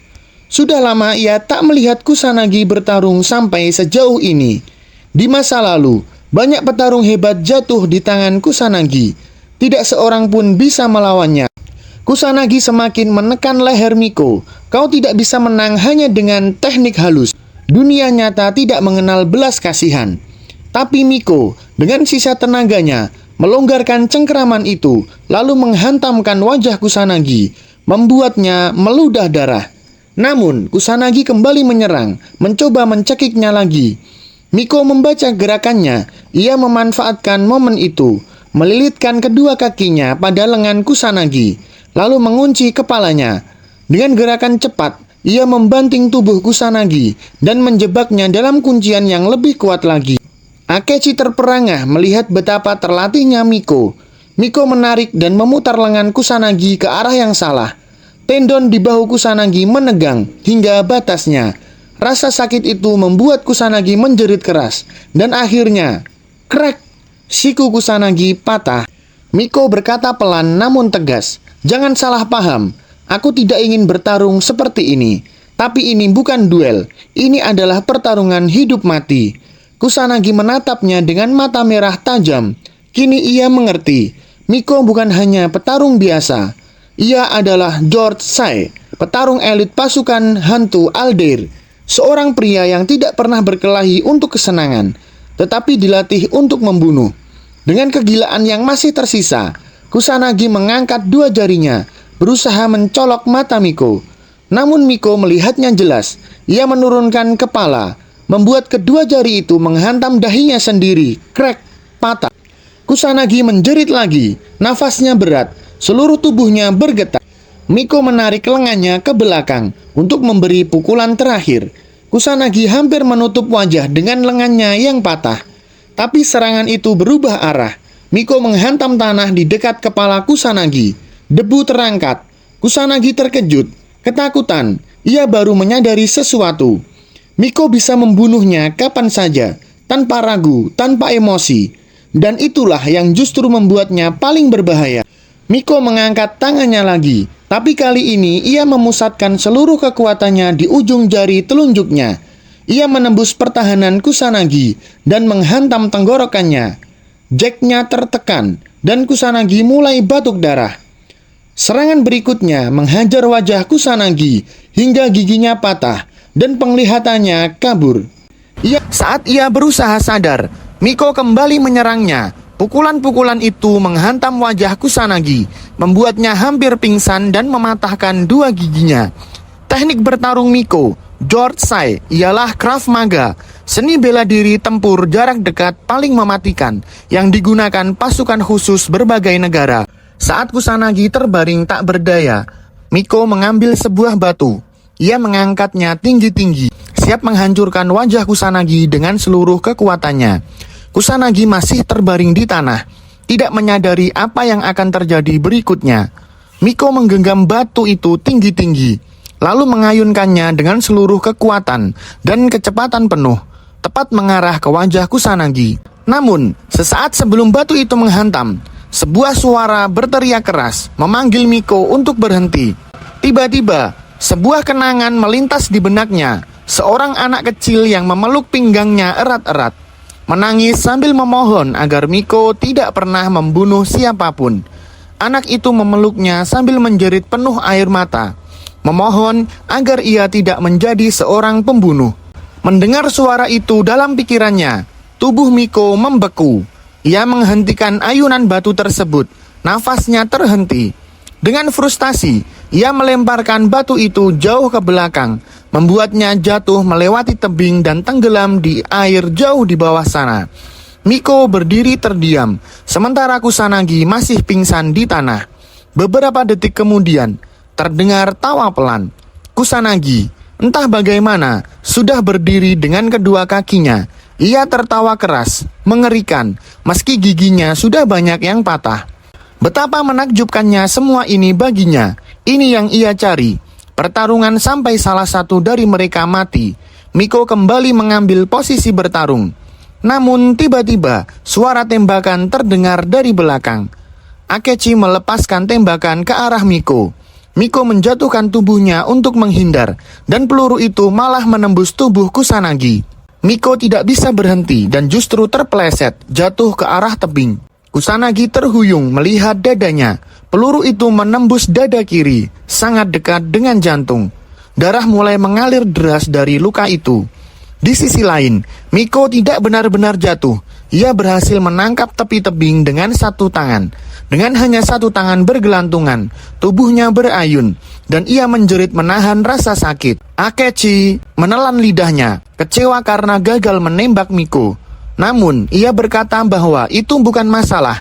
Setidaknya ia bisa menghukum anjing yang kalah itu. Kusanagi, meskipun setengah mati, menatap Akechi dengan wajah marah dan senyum menyeramkan.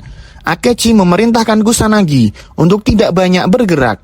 Baginya, anjing yang tidak bisa mengalahkan seorang budak memang pantas untuk dilumpuhkan. Sadar bahwa ia akan mati, Kusanagi mengerahkan sisa kekuatannya. Dengan tubuh yang compang-camping, ia mulai berjalan, lalu berlari seperti binatang buas ke arah Akechi sambil berteriak dan mengutuk segalanya.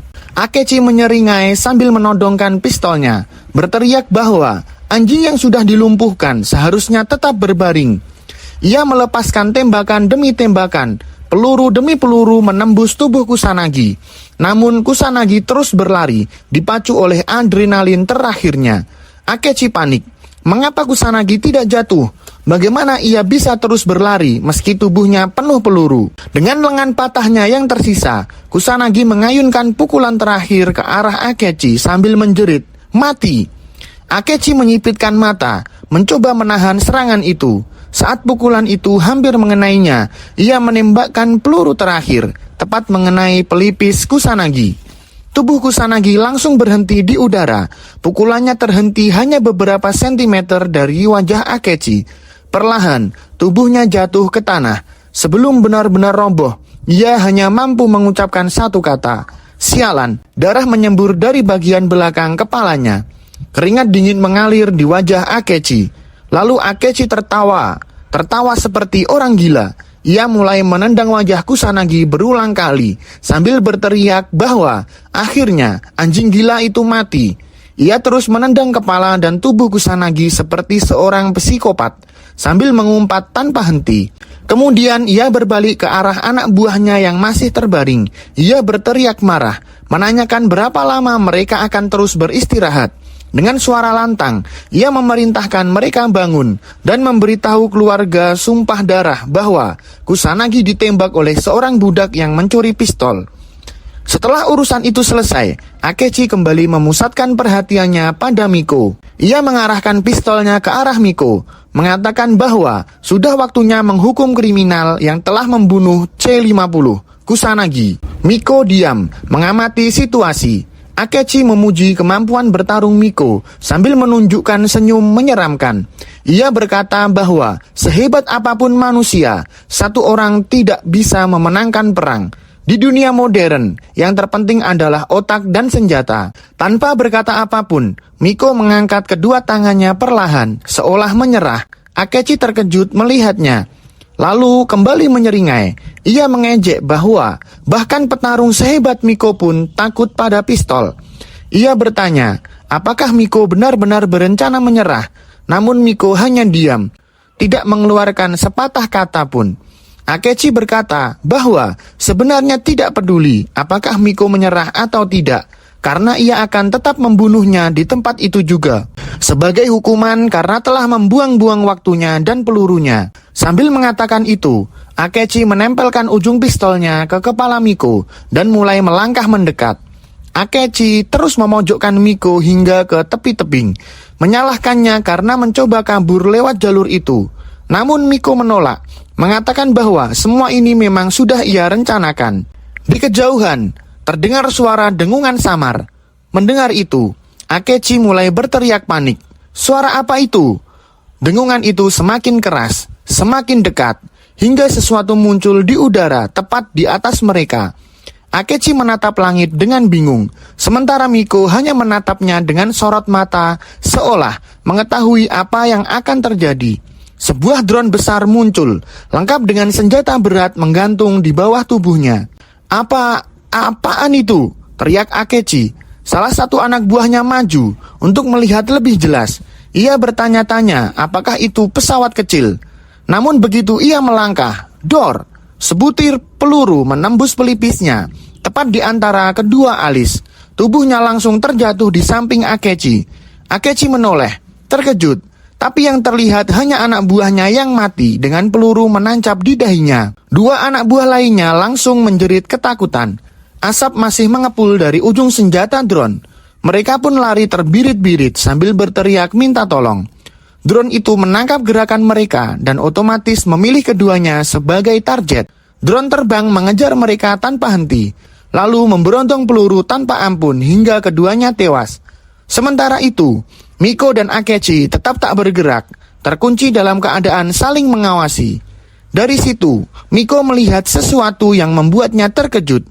Akechi tidak bergerak sedikit pun sejak drone muncul. Itu berarti Akechi sudah tahu tentang pengejar gila, nama drone itu. Miko tetap diam, Akechi pun demikian. Setelah memastikan target yang kabur telah mati, drone kembali dan mulai menyapu area mereka. Dalam hatinya, Akechi bertanya-tanya, apa Miko yang memancing drone ini?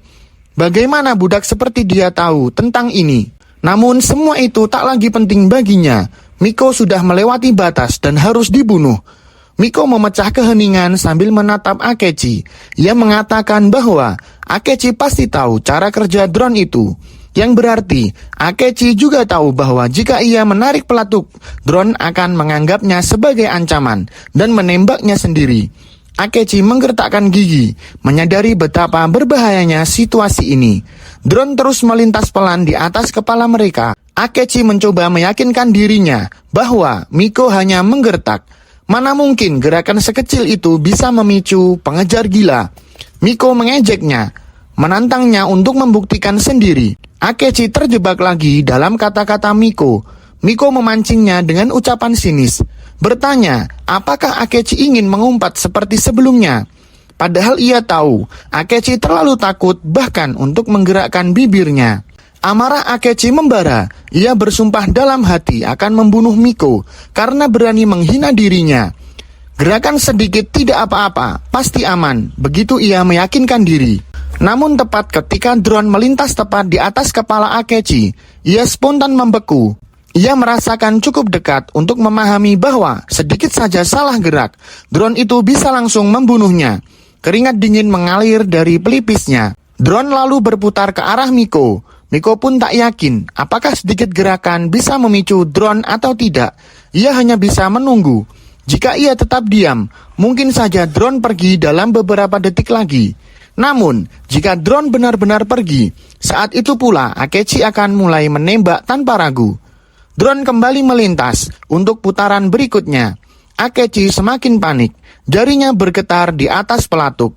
Ia benar-benar tidak tahu apa yang harus ia lakukan. Miko menunggu dengan sabar. Tiba-tiba, hembusan angin sangat besar muncul dari dalam hutan. Angin itu mendorong pepohonan dan udara di sekitar mereka, mengalihkan fokus drone. Drone menoleh ke arah sumber angin. Melihat kesempatan itu, Akechi langsung menarik pelatuk. Peluru-peluru melesat ke arah Miko. Sebagian besar meleset, tapi satu peluru menggores bahunya, memaksanya bergerak cukup keras. Gerakan itu langsung terdeteksi oleh drone. Drone membalik dengan cepat dan mengunci Miko sebagai target. Miko menoleh dan langsung berlari sekuat tenaga menuju ujung tebing, menghindari peluru yang menghujani. Saat tiba di ujung, ia menjejakkan kaki kanan sekuat mungkin dan melompat. Namun drone sudah menguncinya sepenuhnya. Salah satu peluru menembus pahanya. Miko menjerit kesakitan. Tubuhnya melayang sebelum akhirnya jatuh ke laut. Menyadari kepalanya akan menghantam air lebih dulu, posisi sangat berbahaya. Ia meringkuk untuk meminimalkan dampak. Ia jatuh dengan percikan besar. Drone melihatnya jatuh dan menuruni tebing, menembakkan rentetan peluru ke permukaan air. Ledakan air besar menghantam sekitar. Beberapa peluru melesat di bawah air, sebagian menyambar tubuh Miko. Ia menahan rasa sakit sambil menyelam lebih dalam untuk menghindari pemindai drone. Drone mengitari area itu. Pemindainya terus berbip-bip-bip, mencoba menemukan Miko. Setelah beberapa saat tanpa hasil, drone kembali ke tebing dan melaporkan bahwa eksekusi telah selesai. Ia terbang menjauh sambil mengulang kalimat itu. Akechi yang masih mengangkat tangan selama drone berpatroli, akhirnya menurunkannya dan menghela napas lega. Ia menatap laut di mana Miko melompat, mengira musuhnya sudah mati. Ia tersenyum lebar, mengarahkan pistol ke kepalanya sendiri sambil tertawa terbahak-bahak seperti orang gila. Merasa dirinya telah menang dan tak ada budak rendahan yang bisa melawannya. Namun jauh di dalam air, bayangan kecil muncul. Miko menaikkan kepalanya di permukaan, memastikan musuh telah pergi. Rasa sakit tajam menusuk tubuhnya. Ia berdarah di banyak titik. Ia melepas bandana yang menutupi wajahnya dan menggunakannya sebagai perban untuk menghentikan pendarahan. Ia memarahi dirinya sendiri karena lengah sampai peluru masih tertinggal di tubuhnya. Ia harus segera mencari tempat aman untuk mencabut peluru dan mengobati lukanya. Ia berenang perlahan menuju pantai terdekat, memaksa tubuhnya bergerak meski darah terus mengalir. Saat ia berenang, terdengar suara ombak besar di belakangnya. Ketika ia menoleh, ia melihat sesuatu datang dengan kecepatan tinggi, membelah permukaan air. Sirip tajam muncul, seekor hiu putih besar. Hiu itu menerjang dengan mulut terbuka, siap menelannya. Miko terkejut dan ngeri. Tepat sebelum rahang hiu menutup, ia berenang ke samping dan lolos. Ia sadar bahwa hiu itu datang karena mencium bau darahnya dengan tubuh berbentuk torpedo. Hiu putih melaju hingga 50 km per jam dan kekuatan gigitannya lebih dari 1 ton. Hiu membuka mulutnya lagi, menyerang. Miko menghindar lagi, tetapi kali ini ia kehilangan banyak udara. Hiu menyiapkan serangan berikutnya, mengibaskan ekor seperti cambuk raksasa. Pukulan itu menghantam perut Miko, melemparkannya jauh. Ia memuntahkan udara yang tersisa. Saat hiu mengitari mangsanya, Miko berenang keras ke permukaan. Ia muncul sambil terengah-engah, lalu menyelam lagi untuk mencari posisi hiu. Di dalam air, hiu itu tampak seperti bayangan samar yang mengintai. Setelah menghirup napas besar, ia menyelam lagi. Kali ini, ia melihat hiu menatapnya dari bawah. Miko merentangkan tangan dan kaki seperti posisi T, mengumpulkan aura di sekitar tubuhnya. Ia tahu hiu adalah predator penyergap, dan mereka tidak suka ketika mangsa menyadari keberadaan mereka. Dengan aura itu, ia berteriak agar hiu pergi. Hiu terkejut oleh energi itu dan berhenti sejenak. Namun, darah Miko terus menetes, menarik naluri predator sang hiu kembali. Hiu membuka rahangnya dan menyerang lagi. Miko bersiap menyerang titik vital, ujung hidung hiu, tempat beradanya organ pendeteksi mangsa. Ia memusatkan energi pada pukulannya dan memukul hidung hiu. Namun hiu terus mendorong maju tanpa peduli. Serangannya mematahkan formasi Miko dan menabrak perutnya, melemparkannya ke udara. Ia jatuh keras ke air, membuat percikan besar. Lukanya semakin parah, terutama di bahu. Darah mengalir lebih deras. Dengan tenaga terakhir, ia bangkit ke permukaan dan terengah-engah. Ia mencoba melihat kemana hiu menghilang. Namun hiu itu sedang melaju dari belakangnya dengan kecepatan tinggi. Ia merasakan kehadirannya dan berbalik tepat waktu. Hiu membuka mulut lebar-lebar, hampir menangkapnya. Miko mengepakkan tangan sekuat tenaga, nyaris lolos. Tapi hiu berhasil menggigit kaosnya dan menyeretnya ke dalam. Hiu terus menariknya dengan kekuatan luar biasa. Namun ketika tubuh Miko terombang-ambing, Miko akhirnya membiarkan kelopak matanya mulai menutup. "Bangun, George!" Suara itu memanggilnya dari kegelapan. Miko membuka mata dalam kebingungan, bertanya-tanya siapa yang berbicara dengannya. Di hadapannya, samar-samar terlihat siluet seorang gadis. Ia tidak begitu jelas, namun gadis itu memintanya untuk berjanji. Sebuah permintaan yang membuat Miko bingung. Janji apa? Pikirnya. Ketika wajah gadis itu akhirnya terlihat jelas, ia menyadari siapa dia. Sophia. Dan gadis itu berkata, dengan suara yang tegas namun lembut, bahwa apapun yang terjadi, Miko harus berjanji akan kembali hidup-hidup. Kesadaran Miko perlahan pulih. Ia sadar bahwa janji itu benar-benar ia buat kepada Sophia. Mengumpulkan sisa kekuatannya, Miko menempelkan jarinya ke tubuh hiu yang menyerangnya. Ia meraih tubuh besar itu dengan kedua tangan, lalu mulai menungganginya ke dalam air. Sambil mengepalkan otot dan tangannya yang bergetar, sebuah pertanyaan menyeruak di pikirannya. Apakah aku akan melanggar janjiku kepada Sophia sekali lagi? Mengumpulkan seluruh auranya ke dalam tinju. Ia tahu jika ia menyerah sekarang, itu akan sangat menyedihkan. Miko menarik tangannya ke belakang, lalu memukul mata kanan hiu itu sekuat tenaga. Satu pukulan tidak cukup. Ia mempersiapkan pukulan lain. Dan lagi, dan lagi. Tinju-tinju itu menghantam mata hiu berkali-kali sampai mata itu memerah dan mengeluarkan darah. Namun hiu itu masih saja menggigit kaos Miko dan tidak melepaskannya. Dalam tarikan brutal itu, Miko sadar bahwa di hadapan penguasa laut, kekuatan manusia tidak ada artinya. Udara keluar lagi dari mulutnya. Kesadarannya mulai memudar. Miko merasakan dunia mulai menggelap ketika hiu putih itu menyeretnya semakin dalam. Air laut menghantam wajahnya. Tubuhnya diputar paksa oleh kekuatan makhluk itu.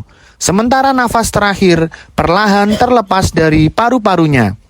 Pada titik itu, tubuhnya terasa berat dan pikirannya bergetar di antara sadar dan pingsan. Di kedalaman itu, hiu terus menariknya dengan kekuatan luar biasa. Namun ketika tubuh Miko terombang-ambing, sesuatu yang tak terduga terjadi. Kaos yang tergigit akhirnya robek. Serpihan kain hanyut dan Miko terlepas dari rahang hiu. Tubuhnya melayang dalam air, kehilangan kendali. Dalam keadaan setengah sadar, insting bertahan hidup mengambil alih. Setelah lepas, ia berenang mundur, lalu kembali meraih sirip hiu itu agar tetap dekat dengannya. Sang hiu, yang semakin agresif, terus berenang ke arah dasar laut, tidak mau menyerah sebelum mangsanya benar-benar jatuh. Miko mengerahkan seluruh auranya ke kedua tangan, membentuknya menjadi semacam bilah energi, lalu menusukkan ke dalam insang hiu itu. Jeritan hiu menggema di dalam air. Bagian dalam tubuhnya jauh lebih lembut dibanding lapisan luarnya. Miko mengejek hiu itu sambil terus memutar pergelangan tangannya, mengiris insang demi insang. Ia memasukkan tangannya semakin dalam, hingga setengah lengan. Sementara hiu itu mengamuk dan berenang liar ke segala arah. Namun Miko tidak melepaskan cengkeramannya. Dengan tekad penuh, ia menggali lebih dalam, merobek bagian dalam tubuh hiu itu, hingga mencabut salah satu pembuluh darah dari paru-parunya. Hiu itu meronta dalam kesakitan dan semakin turun ke bawah. Ketika ekornya mengepak kuat, Miko memanfaatkan dorongan itu seperti ketapel, melesat naik ke permukaan untuk mencari udara. Ia berenang ke atas sementara hiu yang terluka kehilangan kendali dan berputar-putar di dasar laut. Miko kembali ke permukaan, terengah-engah. Tubuhnya gemetar, energinya hampir habis. Namun, ia tetap memaksa dirinya bernapas. Baru beberapa kali ia menarik napas, hiu yang terluka muncul di belakangnya. Dengan ngeri, Miko menatap hiu itu. Bagaimana mungkin makhluk itu masih bisa mengejarnya? Hiu itu berenang mendekat dengan rahang terbuka lebar, tanpa belas kasihan. Miko hanya bisa menatap, tak percaya dengan apa yang akan terjadi. Namun mendadak, hiu itu berhenti total, hanya beberapa inci dari wajahnya. Gerakannya membeku, lalu perlahan, tubuh raksasa itu jatuh ke air, tenggelam sambil mengeluarkan gelembung darah. Tubuhnya meluncur ke dasar laut seperti batu yang dilempar. Miko terpaku. Syok menyelimuti wajahnya. Begitu ia memahami bahwa ancaman itu telah benar-benar berakhir. Ia akhirnya bisa bernafas lega. Ia sadar bahwa kali ini kata-kata Sophialah yang menyelamatkannya. Ia menoleh mencari garis pantai. Namun kini ia paham betapa jauh dirinya terseret oleh pertarungan itu. Jauh ke tengah lautan. Ia mulai berenang kembali, mengingat tujuannya, kembali ke pulau limbah industri dan mengobati semua luka yang ia derita. Namun, baru satu kali dayung, kesadarannya hilang seketika, membuatnya pingsan dan terapung di permukaan laut. Beberapa saat kemudian, tubuhnya tersentak bangun. Miko terengah-engah mencari udara, batuk berkali-kali. Tubuhnya menggigil tak terkendali. Darah terasa terus mengalir keluar dari luka-lukanya. Ia perlahan mulai khawatir. Apakah ia bahkan bisa mencapai garis pantai dalam kondisi seperti ini? Saat Miko terus berenang, tiba-tiba cahaya hangat terasa di belakang kepalanya. Ia menoleh, ternyata itu sinar pertama matahari pagi. Malam yang panjang akhirnya berakhir. Miko menghela nafas panjang. Sulit dipercaya bahwa sekarang sudah pagi. Ketika ia melihat sekeliling, ia menemukan sebatang kayu gelondongan mengambang tidak jauh darinya. Ia segera menyadari bahwa kayu ini mungkin bisa menyelamatkannya. Dengan sisa tenaga, ia berenang menuju kayu itu dan meraihnya. Menggunakan kayu sebagai tumpuan, ia menarik dirinya keluar dari air. Setelah sedikit perjuangan, ia berhasil merebahkan tubuhnya di atas kayu tersebut. Ia terengah-engah, berusaha memulihkan kekuatannya. Walaupun sinar matahari mulai menghangatkan kulitnya, tubuhnya tetap menggigil hebat. Dengan lemah, ia menatap cakrawala. Miko memikirkan keras bagaimana ia bisa bertahan hidup lagi kali ini. Kayu gelondongan itu mengambang perlahan sampai akhirnya terdampar di tepi pantai. Miko merangkak turun dari kayu itu dan merayap menuju daratan. Ia terus menyemangati dirinya sendiri. Sudah 5 jam sejak ia tertembak, dan ia harus segera mengeluarkan peluru itu, serta merawat semua luka yang ia alami. Namun seberapa keras pun ia berusaha, tubuhnya sudah mencapai batas, energinya habis, dan ia jatuh tersungkur. Kepalanya membentur tanah. Ia bisa merasakan suhu tubuhnya terus turun, keadaannya semakin buruk. Tepat saat kesadarannya mulai hilang, ia melihat siluet seseorang berdiri di atas tebing. Orang itu berpakaian hitam, tapi penglihatan Miko sudah terlalu kabur untuk melihat wajahnya. Ia bertanya-tanya, apakah orang ini musuh atau teman? Orang misterius itu turun dan berjalan mendekatinya. Miko ingin bergerak, namun tubuhnya tak bisa mematuhi perintahnya. Ia hanya terbaring, tak berdaya. Orang itu berjongkok, mengulurkan tangan dan berbicara. Bisakah kau mendengarkanku? Siapa namamu? Miko berusaha mengingat. Siapa dirinya? Apa namanya? Namun, sebelum ia bisa menjawab, kesadarannya hilang total.